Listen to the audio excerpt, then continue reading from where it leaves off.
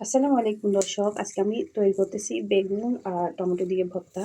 সেজন্য ফার্স্টে আমি বেগুনটাকে এভাবে একটু চুলার মধ্যে নেব। বেগুন পুরে ভর্তাটা করলে না অনেক টেস্ট হয়। আর অন্য চুলায় আমি বসা দিচ্ছি কাঁচামরিচ আর রসুন, এগুলো একটু ভালো করে করে নেব, চুলার মধ্যে তেলে নিব।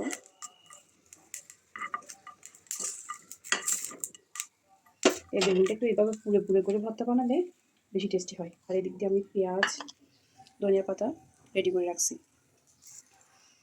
এই যে দেখেন গাইস, আমার এই বেগুনটা কত সুন্দর করে পোড়া হয়ে গেছে।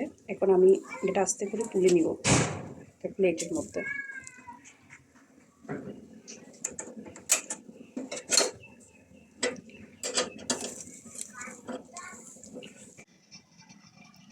এবার আমি বেগুনটা প্রিপেয়ার করে নেব ভর্তার জন্য। একটু উপরের ছিলকাগুলো ছিলে তারপর সেটিং করে নেব ভর্তার জন্য। এদিকে আমি আমার মরিচগুলো শেখা হয়ে গেছে, এদিকে রসুনগুলো শেখা হয়ে গেছে। এখন এগুলো লবণ আর সরিষার তেল দিয়ে মেখে নিব ভালো করে। অনেক গরম তাই একটু অসুবিধা হচ্ছে। এভাবে বেগুনটা ভালো করে ক্লিন করে নিব।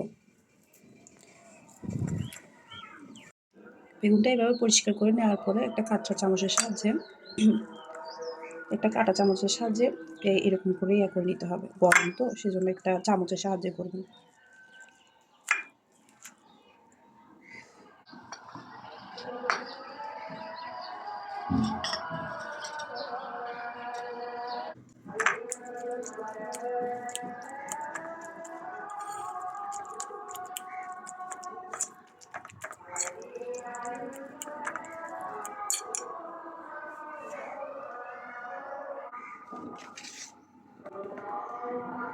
পরিমাণ মতো লবণ,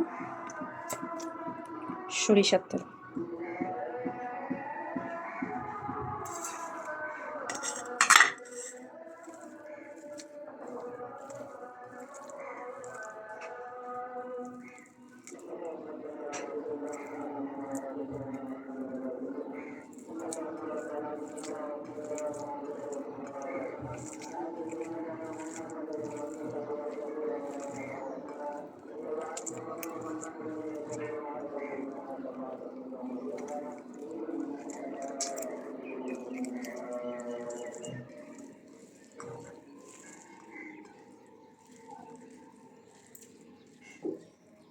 এভাবে ভালো করে কষলিয়ে সুন্দর করে মেখে নেবেন।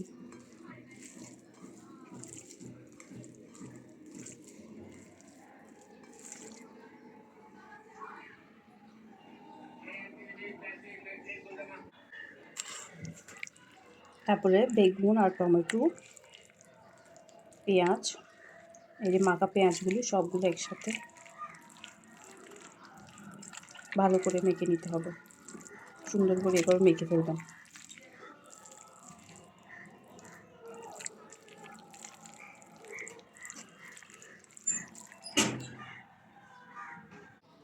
আমার ভর্তা রেডি।